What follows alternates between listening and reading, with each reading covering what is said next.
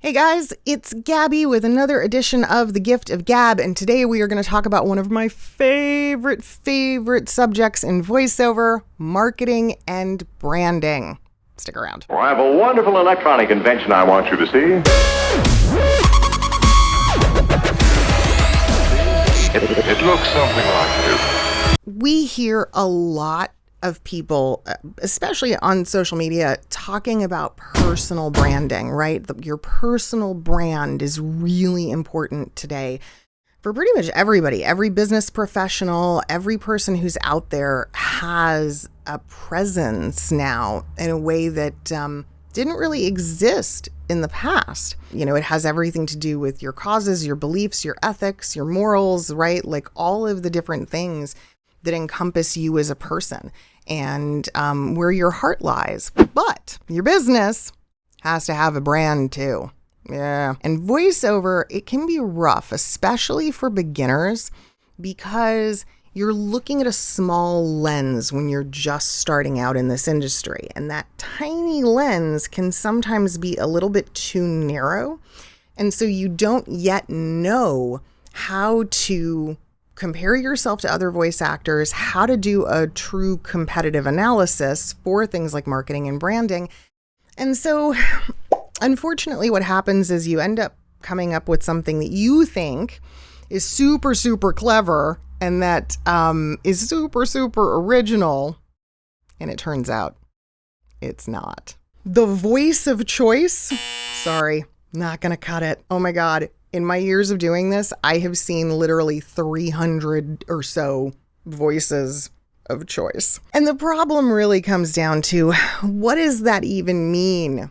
It's a nothing statement, right? It's like empty calories. It means nothing to anyone. Personal branding and your voiceover branding for this business is about being unique. It's about being clear about the sound of your voice and what a buyer can expect by working with you.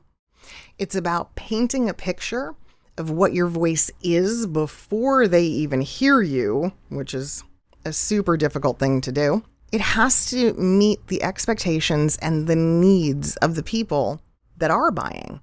And so there's a lot more that goes into it, right, than just having a fun little logo with a microphone or having your name in some kind of neat cursive that you know rolls into the microphone cord or something. No, it's got to be a little bit more thought out than that, right? You want to really recognize that you have to become a little bit of a student of marketing and branding and advertising, and you gotta look at what other voice actors are doing, what's working and what isn't. And you have to cast a really wide net when you do that.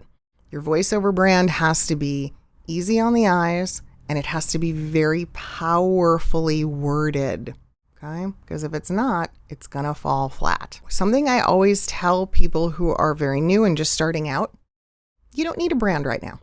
It's too soon. Your brand will emerge.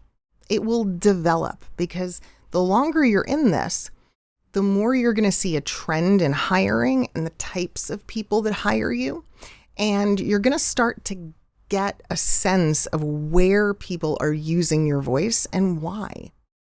And the more feedback you start to get from clients and the more validation you start to get from booked jobs, the easier it's going to be to start putting all those puzzle pieces together and creating a brand for yourself.